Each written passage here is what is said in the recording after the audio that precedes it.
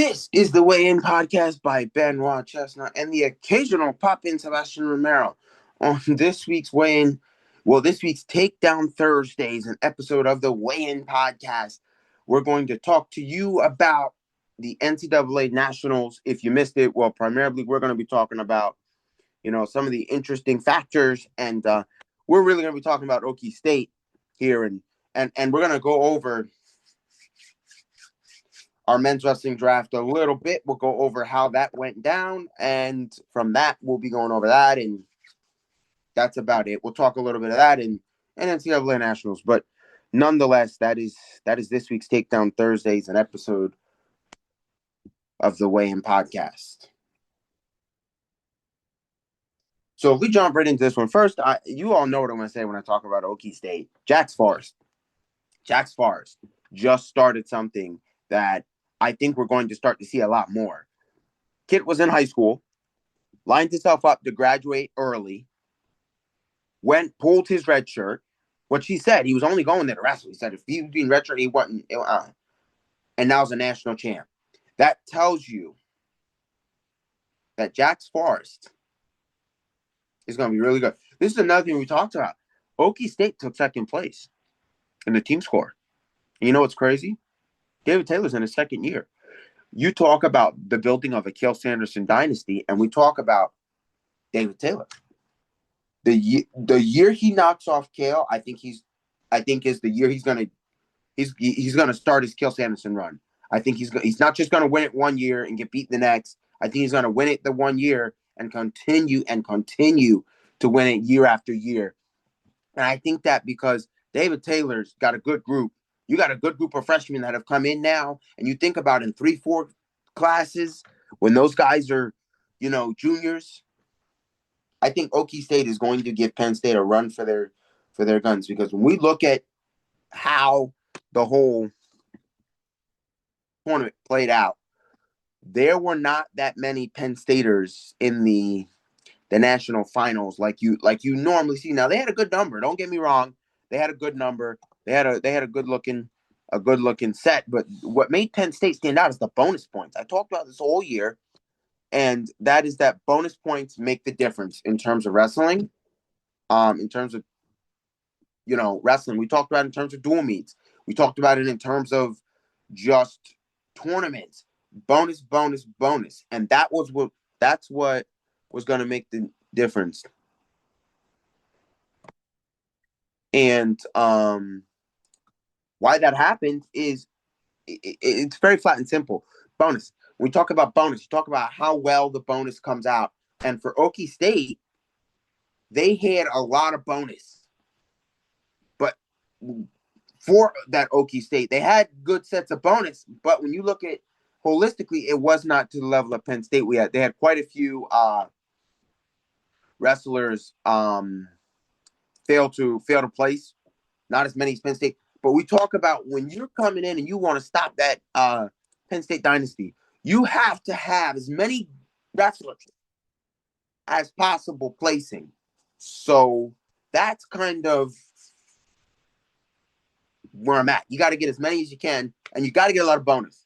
So we're going to touch this men's NCAA draft, where I've once completed winning, which was a tougher year. I lost the women's this year.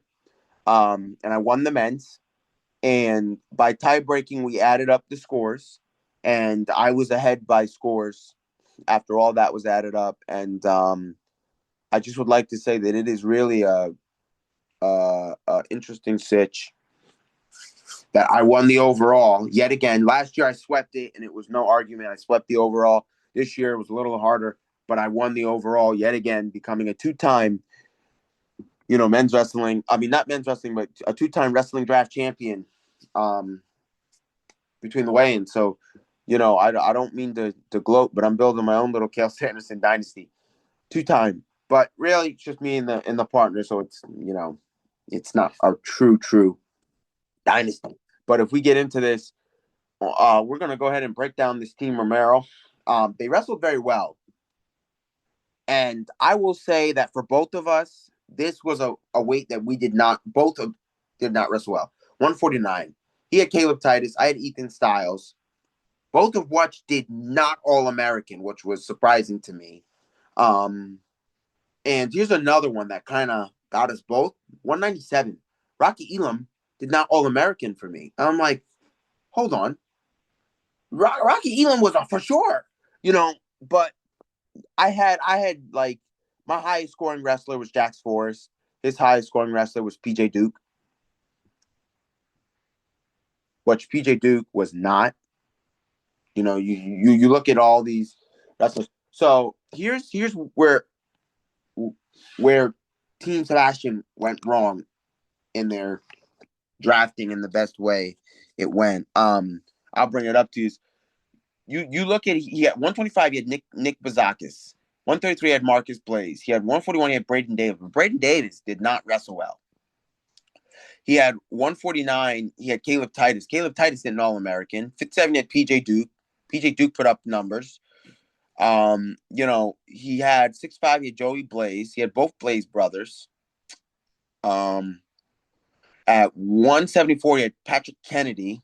184, he had Angelo Ferrari. Angelo and AJ Ferrari kind of messed him up. They medical forfeited out the rest of the tournament, which was like sad to see. At 197, he had Sony Sasso, and then at 285, he had AJ Ferrari. We know the squads, but we're gonna go ahead and break this down for you.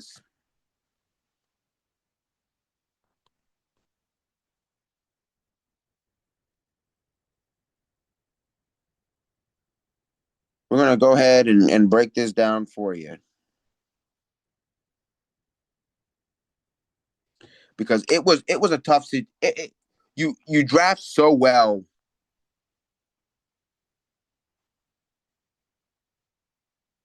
So you look at his 125, Nick Buzakis, not in the finals. You look at his 133, not in the finals. You look at his 141, not in the finals. 149, both of us we know that, not in the finals. You look at 157, where he had a for sure pick at 157, PJ Duke. Landon Rabanu is Landon Rabanu is awesome. But nonetheless, PJ Duke, not in the final. 165, Mitch Mesenbrick, Mikey Caliendo, not in the final.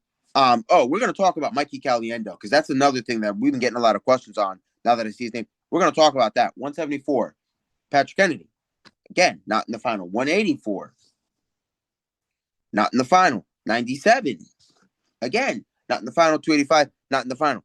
So you look at, he had no finalists, not one finalist. And a lot of times, I don't say I cheat. I would never say that, but when Team Rebound drafts, I always try to help them and at least say, hey, this is I thought PJ Duke was going to make the final. I did not draft PJ Duke because I knew that a lot of some of those choices was interesting. I thought Nick Buzakis was going to do a lot better. To be honest with you, there was a lot of choices on this thing that I thought that was a good team that was picked there. Having the Blaze brothers, I thought was really good. I thought, but the fact that they didn't really put up them points, there weren't a lot of bonus on his side. There weren't a lot of bonus, but I don't say it was horrible, but I say it wasn't a lot of bonus. But when you look at that, and even Iowa, who has always had a finalist for a long time, they've always had NCAA finals. It's not looking good for them. Mikey Caliendo is good. In terms of Mikey Caliendo, everybody's like, why did he not shake Mitch Mesenbrick's hand? And I'm going to solve that for all of you, plain and simple. I know we preach sportsmanship on here, and we're going to do it again. Mitch Mesenbrick, I get you win the national title. You win it, you got it. There's no need to go around like you're handing out medals and shaking everybody's hand. Like, hey, saying congrats, like you're the officiator giving it. Now, there's nothing wrong with that. You're showing sportsmanship, saying, hey, good. And then you mess around and you kind of act higher than everybody else. Great, you're the national champ. You should. But Mikey Caliendo got teched. If you get teched and then somebody tries to, at the podium, shake your hand while you're still processing what happened, you wouldn't shake their hand either. And, You don't. Mikey, not Mikey, but Mitch Messenbrink should have known better than to do that. But I understand that if he shook everybody else's hand and didn't try to shake Mikey Caliendo's, you all would have had something to say. But Mikey Caliendo's in the right. You're trying to process it. You don't want to be shaking somebody's hand and concede that, hey, you got beat. You know, I ask all of you this because everybody is conflicted over this. Let me ask you this.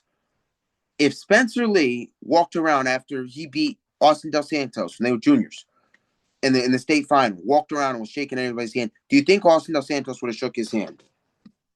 No. No, he wouldn't have. No, he wouldn't have. No. We're all mad. Most people are mad here because you're Penn Staters and you're happy that you guys got a team title and you're mad that an Iowa wrestler didn't want to shake your hand. The story here is how Jack Forrest came from high school to a national title, and you just want to talk about, I'm not saying there's anything wrong about what we're talking about, but I'm like, to bash Mikey Caliendo for not shaking it, would Austin Dos Santos have shaken Spencer Lee's hand when he got beat as a junior? And would Spencer Lee have shooken Austin Dos Santos' hand when he got beat as a senior? No, they would not have. You have to understand, getting all the way to the NCAA finals and taking second place, you're not going to shake the hand. You're not. And Mitch Messenbrink's got to, I understand you want to do that, but on the podium is not the time and the place to be doing what you want to do and then walk right by Mikey Caliendo and be like, oh, you're not putting a hand up? Okay. You got to have a little more respect than that. You tech the guy. Don't go around doing something foolish like that. And I'm not saying it's foolish to want to go out and seek, to say, oh, that's a humbling thing that Mikey Caliendo, not Mikey, that Mitch Messenbrink is doing. That's a humbling thing that Mitch Messenbrink is doing. Listen, yes, it is, but sometimes you cause a vision quest with stuff like that. You cause a vision quest. I'm not saying that you do or don't, but I'm saying let's pull up Mikey Caliendo and let's see, you cause a vision quest. And I'm not saying, whatever, you can cause it on the world stage, you cause a vision quest. You cause a vision quest. So let's look at it. Mikey Caliendo at Iowa is a senior. So, let's talk about that.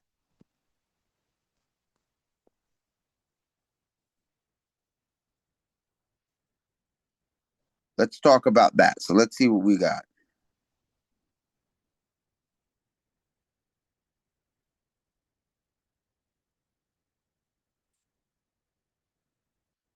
So Mikey Caliendo, very well is done, but you say this matchup isn't over. If he continues on the world level stage, it isn't over. So let's go ahead and let's pull up this Mitch Messenbrink.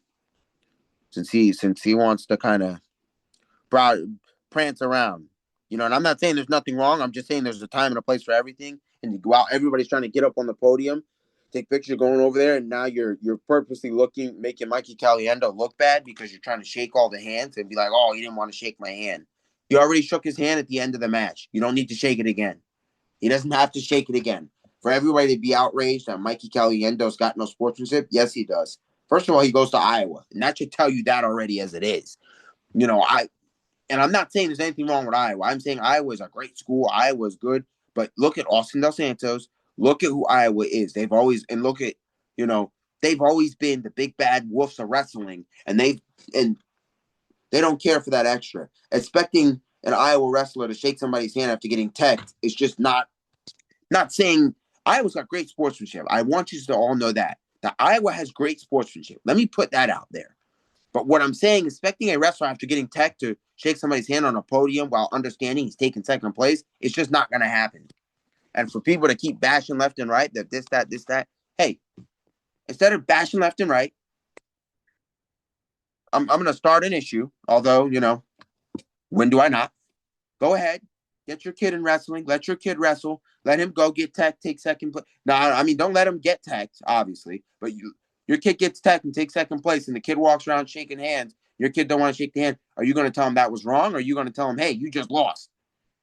I can understand why you don't want to shake somebody's hand. You shook it at the end of the match, and there's a time and a place. While people are leaving the podium, walking to the podium, you could be like, hey, shake their hand. But to go and make it a big thing and be like, oh, yeah, I'm going to look at us. Penn State is is the pinnacle and good, this, that. Listen, don't get me wrong. Cael Sanderson's got a dynasty. But Penn State wrestling is not as clean as you would think. Now, I'm not going to get into all of that, that went on with that, because that, we don't do that on this pod.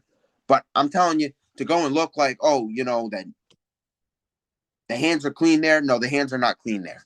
So let's go ahead and pull up Mitch Messenbrink. We're gonna pull up Mitch Messenbrink. Great wrestler, though. I'm not saying there's anything wrong. Like, he's a great wrestler, though. Like, I'm not gonna lie. Mitch Messenbrink, great wrestler. So let's see if we can pull these accolades up.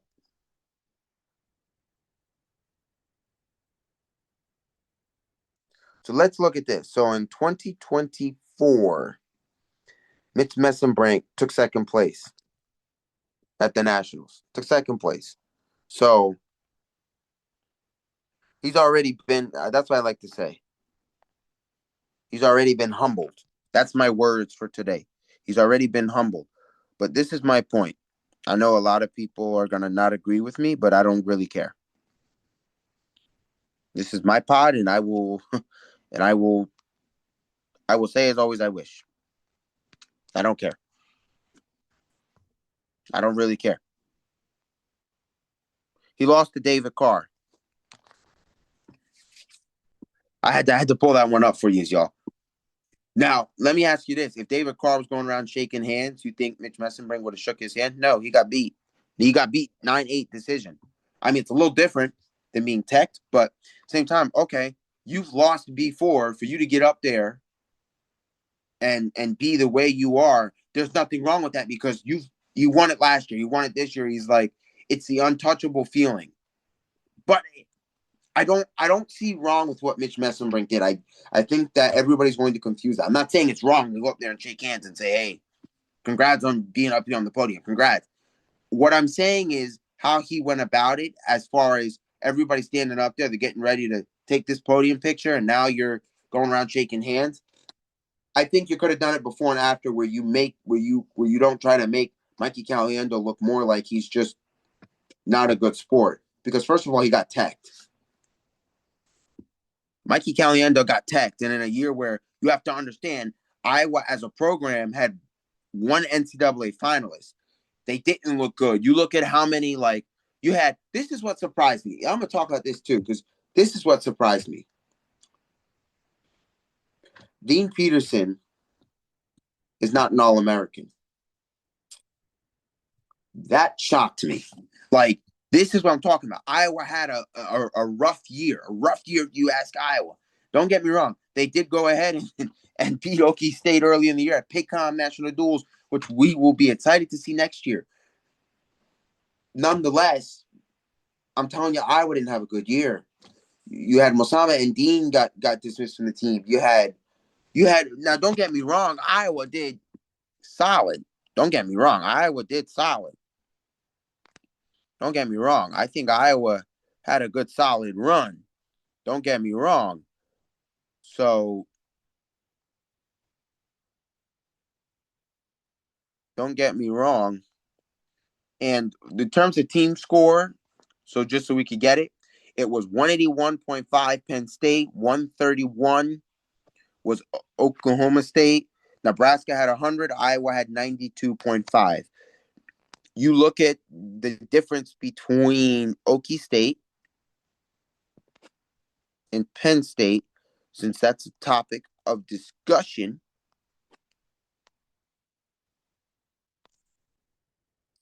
$50.5 points was the difference. I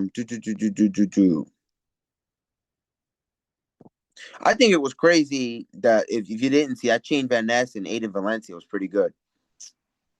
So let's look at, so 125, Iowa had no All-American. 133, they had Drake Ayala, which I wasn't surprised to see Drake Ayala fall, because listen, you had a really good 133 bracket. You had Jax Forrest, you had Ben Davino. You did not see Ben Davino wrestle. Man, Ben Davino can wrestle. Ben Davino can wrestle. He can wrestle, and really good. I think that we're probably going to see a lot of back and forth between him and Jax. I wouldn't be surprised to see those two clash a little more because, listen, both teams went to Paycom National Duels this past season, and both teams hopefully will be returning next year. So we got that.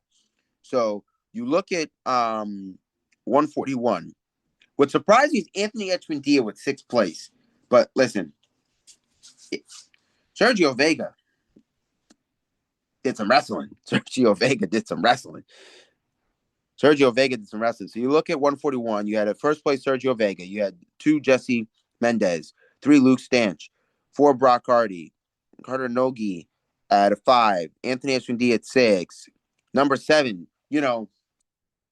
I'm from New Jersey. Everybody knows that I'm the Jersey boy on here on the pod. CJ Compusto is not too far from where my hometown is. He's, a couple towns over, not too far. Not really too far. In terms of, we always, he's an All-American again. And that's what I'm talking about. Somebody that gets after it. When we talk about the perfect wrestler, you want to see get after it. I'm not talking somebody that wins a national title. Your Penn State boys because those aren't grit hard wrestlers. They got the Penn State luck on them. You go to Penn State, you got that Penn State luck. Obviously, some wrestlers didn't get it like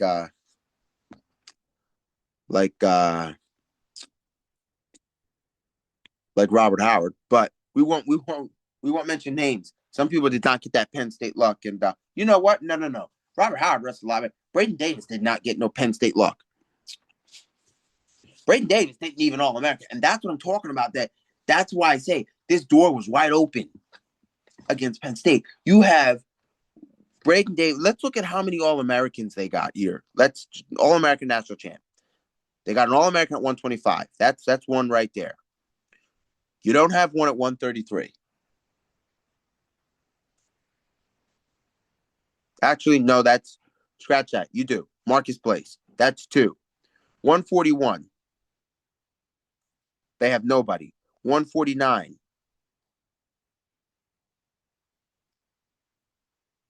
Shane Van Ness. That's 3. 57. PJ Duke. That's 4. At 65, we all know the big conversation. Mitch Messenbrant. That's 5. Levi Haynes at 74. That's 6. Rocco Walsh. That's 7. 197's Josh Barr. That's 8. And nobody at 285. So we look at that weight classes. They have about 8 All-Americans.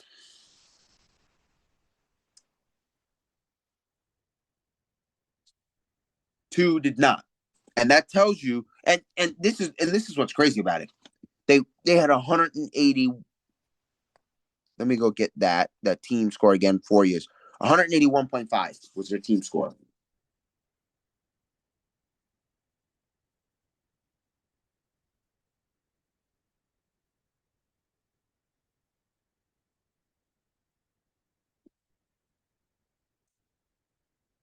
And they had two people, 2 wrestlers, not All-American.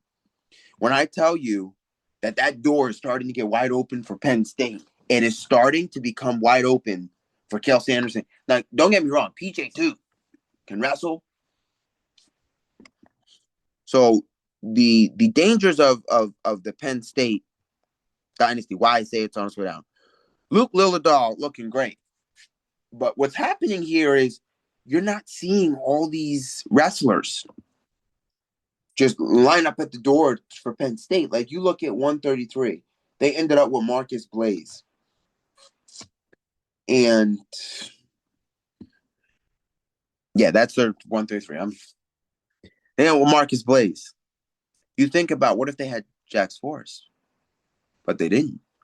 You're looking at, they got guys that are making points, but you look at that building Okie State group and the fact that you had Jax Forrest, national champ. You had Sergio Vega, national champ.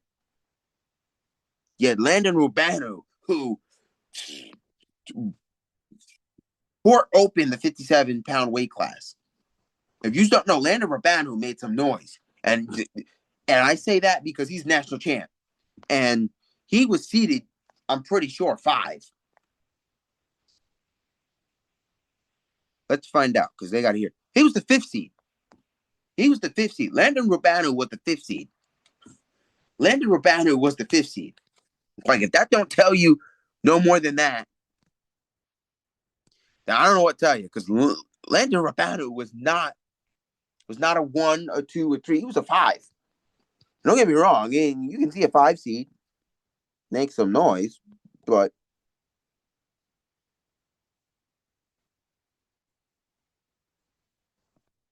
what my point is here is to see. What my point is that coming through as a 5 is just.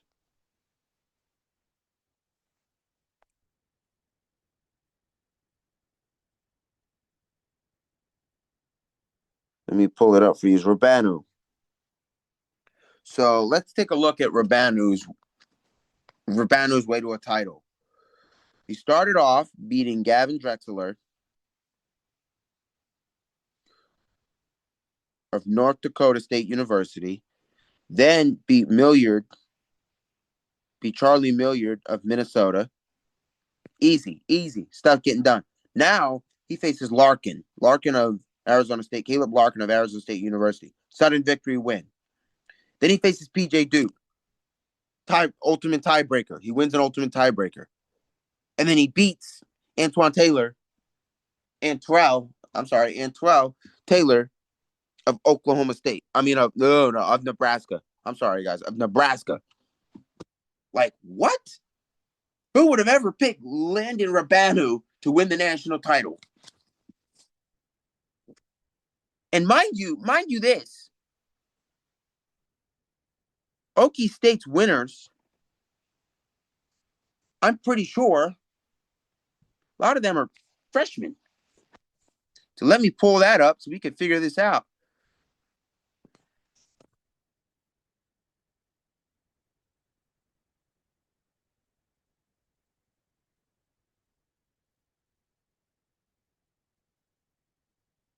Let me pull this up for you so we can figure it out in this epi.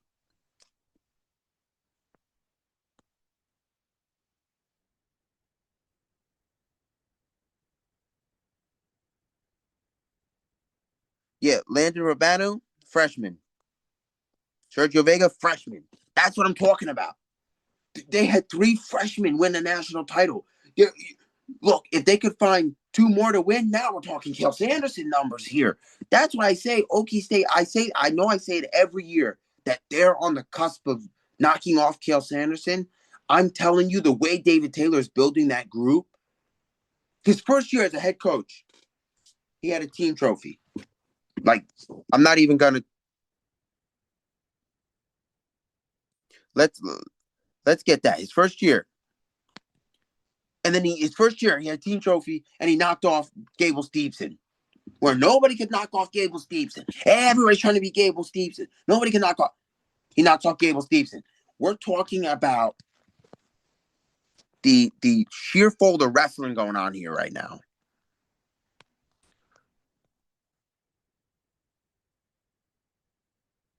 Let's talk.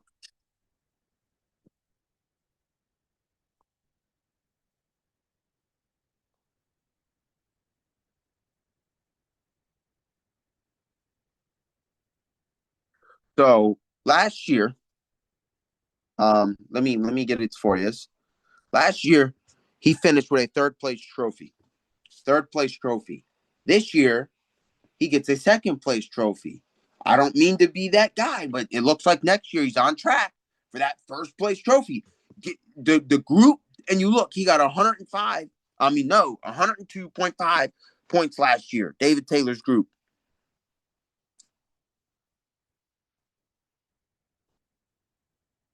David Taylor's group last year.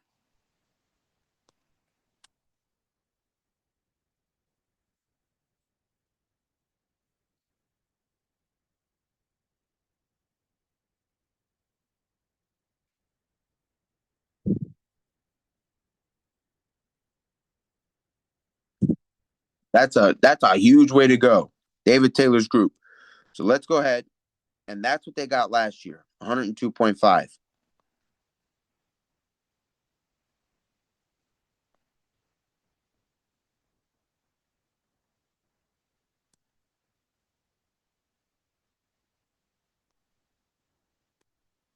Let me get it for you.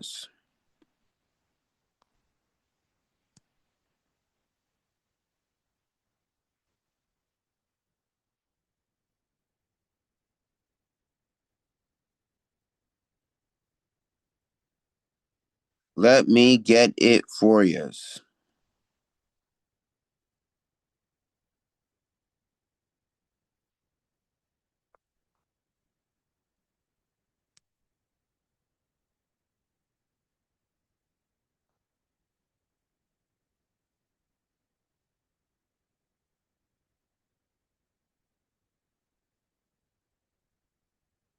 See if I can find it for you.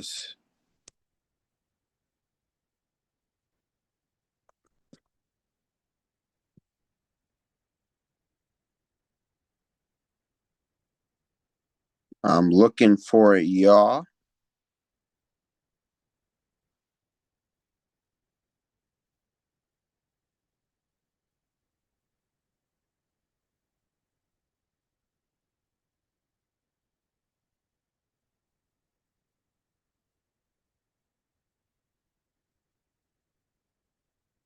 I'm looking for it, y'all. I'm looking for it, y'all. I had it up, and now I'm looking for it.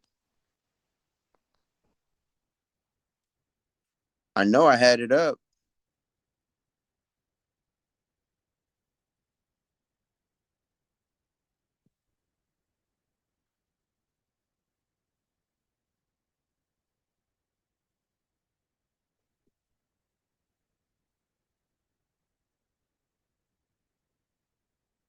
I found it again. I found it. And now you look at this year, they got 131. So you look at what Okie State got last year, that 102.5 is, I believe, what I gave you. I believe that's what I gave you, but nonetheless, we'll go ahead and look that back up if we have to, and we will. We'll look that back up for you. They got 102.5. So I was correct, 102.5.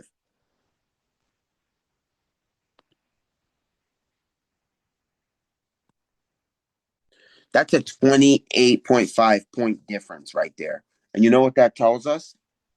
That Okie State that team is getting better. That last year, they're scoring better, they're doing better. And you look at Kel Sanderson with not having two in the final, with not having two All-American, that if this trend continues where he's losing All-Americans, if it turns into three All-Americans, it's going to start to affect. And I think David Taylor's going to finally get it.